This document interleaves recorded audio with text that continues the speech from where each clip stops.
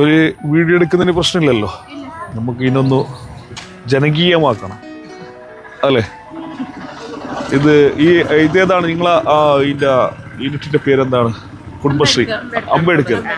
ഈ അംബേദ്കറിൽ എത്ര എണ്ണം ഉണ്ട്? അല്ല, അംബേദ്കർ ഈ സ്ഥലത്ത് എത്ര അയൽക്കൂട്ടങ്ങളുണ്ട്? 14 അയൽക്കൂട്ടങ്ങൾ. എത്ര വർഷമായി നിങ്ങളെ ഇതിന്റെ പേരെന്താണ്? ഈ യൂണിറ്റിന്റെ അംബേദ്കർ. എല്ലാം ഓരോ പേരാണോ അല്ല എങ്ങനെയാ?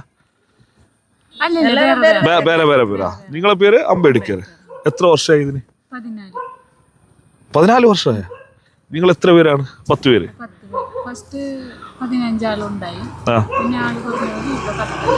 10 ആള് ലോണൊക്കെ എടുത്ത് നല്ല രീതിയിൽ പോയി.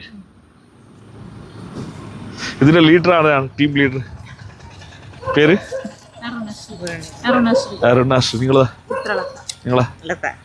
നിങ്ങൾ കിഷോറിന്റെ സിസ്റ്റർ ആണ്. നിങ്ങളെ പേര്? നിങ്ങളത് സ്നേഹമുള്ളവരെ, ഞാൻ പ്രതാപ് നഗറിലൂടെ യാത്ര ചെയ്യുമ്പോൾ നമ്മൾ ഗ്രാമത്തിൻ്റെ ഭംഗി ആസ്വദിച്ച് യാത്ര ചെയ്യുന്ന സമയത്താണ് ഞാൻ ഈ അംബേദ്കറിലേക്ക് എത്തുമ്പോൾ ഇവിടെ കുറച്ച് ഉമ്മമാർ പെങ്ങന്മാർ ഇരിക്കുന്നതായി കണ്ടത്, ശ്രദ്ധയിൽപ്പെട്ടു.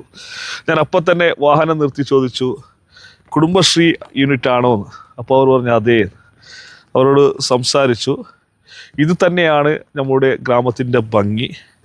കാരണം നമ്മുടെ സ്ത്രീകളെ, ഉമ്മമാരെ, അമ്മമാരെ, പെങ്ങന്മാരെ സമൂഹത്തിൽ നിന്നും സമൂഹത്തിൻ്റെ ഉന്നതങ്ങളിലേക്ക് എത്തിക്കുക എന്നതാണ്.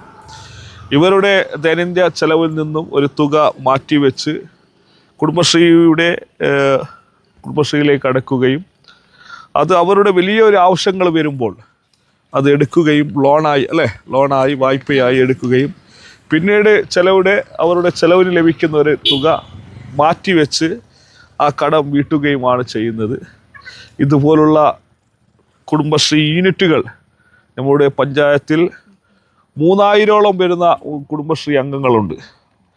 അത് ഇനിയും അതിൻ്റെ ഡബിൾ വർദ്ധിപ്പിക്കേണ്ടതുണ്ട്. എല്ലാവരെയും വിളിച്ച് ഒരു മഹാസംഗമം സംഘടിപ്പിക്കണമെന്നൊരാഗ്രഹമുണ്ട്. എല്ലാ കുടുംബശ്രീ അംഗങ്ങളെയും വിളിച്ചു വരുത്തി മഹാസംഗമം സംഘടിപ്പിക്കണമെന്നൊരാഗ്രഹമുണ്ട്.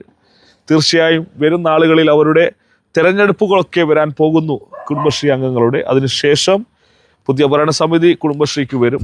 നല്ലൊരു മഹാസംഗമം കുടുംബശ്രീയിലെ എല്ലാ അമ്മമാരെയും സഹോദരിമാരെയും വിളിച്ചു വരുത്തിക്കൊണ്ട് നമുക്കൊരു സംഗമം സംഘടിപ്പിക്കാം. അപ്പോൾ ഞാൻ വരട്ടെ അല്ലേ? ഓക്കെ അല്ലേ? Okay thank you.